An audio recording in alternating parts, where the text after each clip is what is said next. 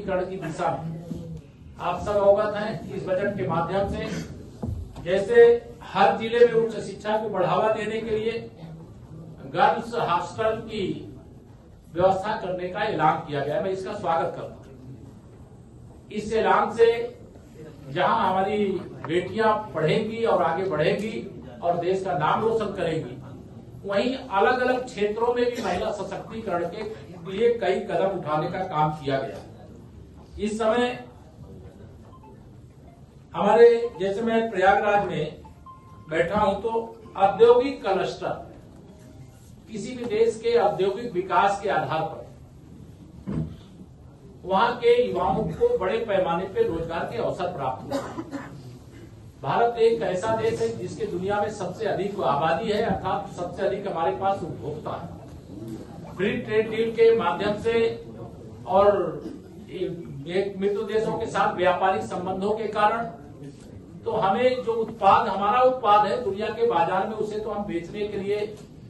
अवसर को तलाश लिए हैं, लेकिन हमारे पास उत्पादन है तो हमारे पास उपभोक्ता भी पर्याप्त मात्रा में मौजूद है। और दुनिया के सभी देश हमारी इतनी बड़ी पॉपुलेशन है और उसकी खरीदने की जो क्षमता है उसको देखते हुए भारत के साथ अपने समझौते कर रहे हैं। यह भारत की प्रगति का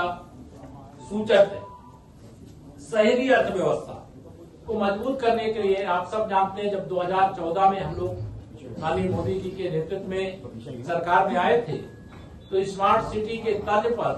हम लोग जो नगर निगम क्षेत्र थे उनको फोकस किए थे, लेकिन अब जो 10 लाख तक की आबादी वाले शहर हैं उनको भी डेवलप करने का ऐलान इस बजट के माध्यम से सिटी इकोनॉमिक रीजन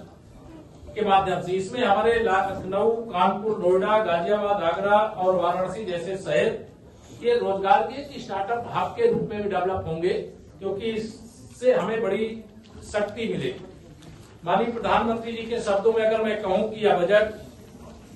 गरीबों के लिए समर्पित है, यह बजट महिलाओं के लिए समर्पित है, यह बजट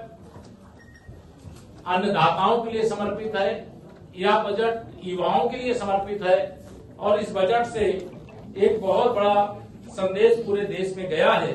और देश की में जो गरीब कल्याण की योजनाएं चल रही उन योजनाओं को और अधिक बल प्रदान करने का काम का सरकार ने ऐलान किया है। बाकी तो बहुत सारे ऐलान है, मैं उसके डिटेल में जाऊंगा तो ठीक नहीं।